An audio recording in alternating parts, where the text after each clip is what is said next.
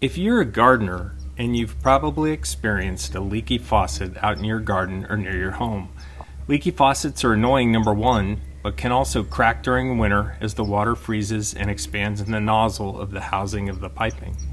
This video will be a short tutorial on how to replace a faucet or hose bib. You'll need a few tools to get started: a replacement faucet, some pipe or thread tape, channel lock wrench, a pipe wrench, and a wire brush to clean the threads. Go to the source of your water and turn it off. It'll either be at your well, an irrigation location, or in your house.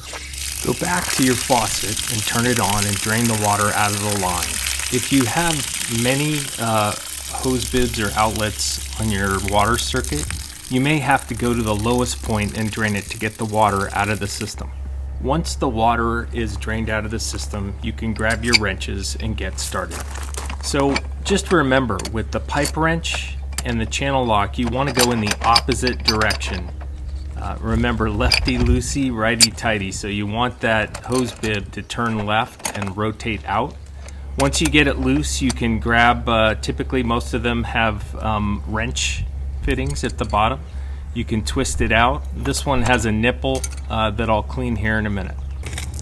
Grab your wire brush and you can start to remove dirt, debris, and old pipe thread tape from the nipple or whatever you're screwing the faucet onto.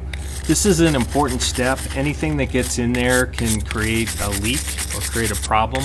It can also prevent the threads from seating all the way into the female end. So clean it. One note, these are very sharp, so be careful when you're doing this not to cut your fingers. So after it's all clean, you want to go ahead and grab some pipe thread tape and wrap it around each end of the nipple or of the male end that you're screwing the faucet onto.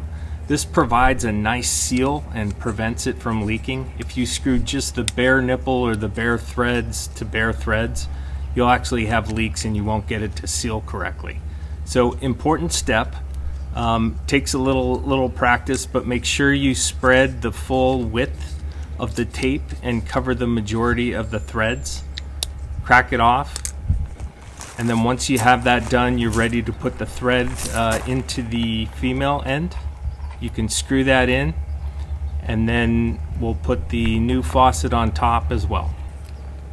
Once you've got the nipples seated, you can continue to twist and turn this. I like to hand tighten everything initially and then go at it with wrenches. So I'll get this nice and tight. And note, there's two things that need to be tightened here: the nipple as well as the top. So you can see that the nipple has a space to put a pipe wrench, but I'm going to go ahead and tighten this down. Note, be really careful here. If you push too hard on this and you've got PVC pipe under the ground, you'll actually snap your PVC pipe. So I like to tighten it to a point where I can't move it anymore, and then I'll hook up the pipe wrench on the bottom and get everything straightened out the way that I want before I turn the water back on and do a leak test. So when it's all done and set up the way you want, go back and turn the water back on.